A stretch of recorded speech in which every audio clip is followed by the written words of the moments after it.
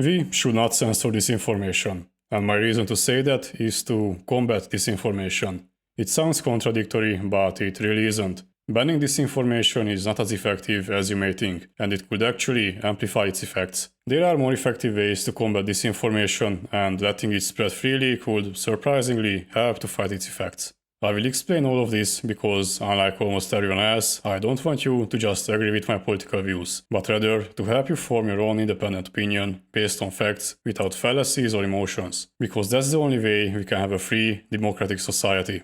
When people say we should ban disinformation and stop hate speech, what they have in mind is that making it illegal will simply stop it. You know, like it stopped theft or pirating movies, and there is a surprisingly easy way to circumvent this ban. For example, is this disinformation? Because 5G is actually quite useful, and when Bill Gates is not in the middle of attempting to establish a dominant monopoly, he spends a lot of money on charity. That could be interpreted as love. Nowhere in this post is it stated that Bill Gates uses 5G to do conspiracy theory stuff. Despite that, everyone gets the message. So will the ban on disinformation also include sarcasm? What about holding a blank piece of paper in a public space? Will people doing that be arrested? And it works for hate speech too, like this image. And if you don't know what you are looking at, let me help you.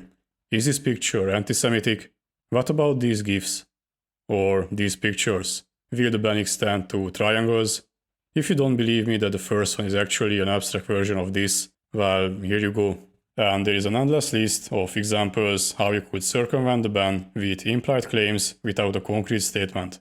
You could think that this is the easiest way to evade the bans, but you would be wrong. There is an even easier way. You can only enforce laws within your country, and even if there are cooperating countries with similar laws banning disinformation sources on the internet, you only need one country without a ban and a VPN, which would be a good segue to today's sponsor if I had one, but I don't. Even if you take extreme measures and create an entirely separate network, making it impossible to reach any kind of propaganda, whether it is from a disinformation source sponsored by an adversary government or a Mongolian goat herding forum, radio waves pass through borders, and they pass through the Iron Curtain. That's why everyone in the Eastern Bloc could listen to Radio Free Europe, brought to you by the Glowies. But what is worse is that banning disinformation can also have an unintended side effect. And you may already have experienced it. Just after 3 hours, this post was seen by 1.6 million users, and Twitter or X has a feature against such posts that worked way better than expected because after getting community noted, the post was deleted, this one at least. The others are still up, giving millions of viewers who saw the post before it was community noted, or the ones that weren't, a false sense of truth. After all, if it was deceptive, people would community note it, wouldn't they? And the same could happen in case of a ban on disinformation. With the obvious instances of propaganda banned, every piece of media that circumvents the ban in the way I described in the first point now has more credibility. But attempting to ban disinformation could have even worse consequences.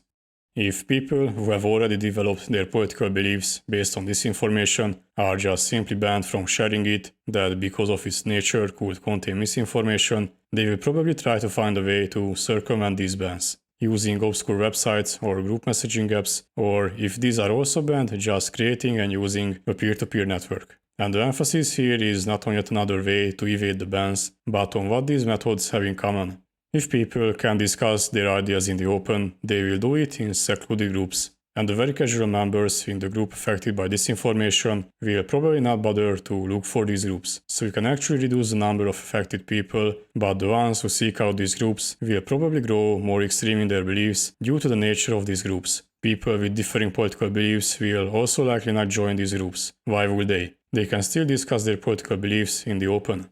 Now, the people who form their opinion based on disinformation are in an echo chamber, where the only opinion they encounter is their own or other disinformation. Nobody counters their arguments or points out the flaws in their reasoning, and the most likely way they will encounter different political opinions is through a strawman misrepresented by one of the members of the group or the spreader of the disinformation themselves.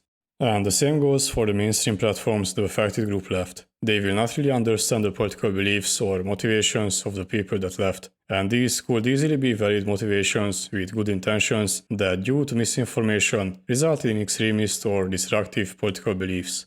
and it can happen just as easily as with the affected group that the mainstream will only encounter the differing belief or political view when it is presented by someone not in the affected group, likely misrepresenting it or just focusing on the most extreme variations of it. The people who left the mainstream will no longer be there to provide any criticism of the mainstream political beliefs, and the people remaining will now encounter the mainstream belief only in a neutral or positive light. And it can facilitate a political shift similar to what is happening in the affected group's echo chamber, now obviously gravitating towards the mainstream political beliefs. And now you have two separate parts of society in their own echo chambers, not seeing possible flaws in their own political beliefs, while misunderstanding the other group's beliefs and drifting further apart. And this is not the most dangerous side effect of attempting to ban disinformation. You are probably familiar with the book 1984, in which a government banned all dangerous disinformation and hate speech, so the people could be sure that the information they encountered was fact-checked and reliable. And something similar can easily happen in real life. Something similar had already happened many times in many countries over the past centuries.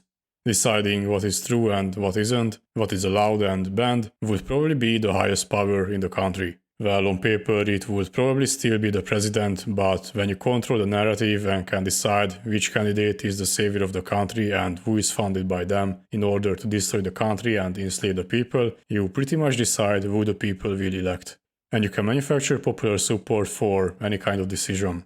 Even if things do not devolve into an authoritarian dystopia, the person or people who decide on what is true and what isn't can simply be wrong. How do you even tell them that they are wrong if you are not allowed to? And the mistake is not limited to banning actually true things, but could also be not banning actual disinformation. Refer to point 3 to understand why that would be a problem. If there are any other negative effects of banning propaganda that I missed or what is coming up next, better ways to fight it, you can let me know in the comments down below. So what is the easiest way to effectively fight disinformation? Easy, just having people decide what is and what isn't disinformation. But instead of limiting the number of people who do this to those who would work in the Ministry of Truth, you can increase this number to include everyone. You don't need to tell people what is disinformation and what isn't if they already know it, because they can recognize it themselves. You can fight disinformation with one simple trick and by teaching fundamental logic, and the problem is pretty much solved. You know, elementary logic that not a single school teaches, because finger painting and singing songs is, for some reason beyond my comprehension, more important. Oh, and one simple trick that no one tells you: not everything on the internet is true. And there is a surprising way in which letting disinformation freely spread could actually help with this kind of fight against it. One of the biggest problems of echo chambers was that there was likely nobody to be critical of claims made and point out possible flaws in the arguments. But if disinformation can freely spread in mainstream venues and be seen by a bigger audience, it is more likely that someone will recognize the deceptive tactics and point them out. And that will also be seen by more people than it would have been in a smaller echo chamber. And it's not only a single false claim or flawed argument that is defeated. If properly explained, the same tactic can be easily recognized in the future, making spreading disinformation ever harder.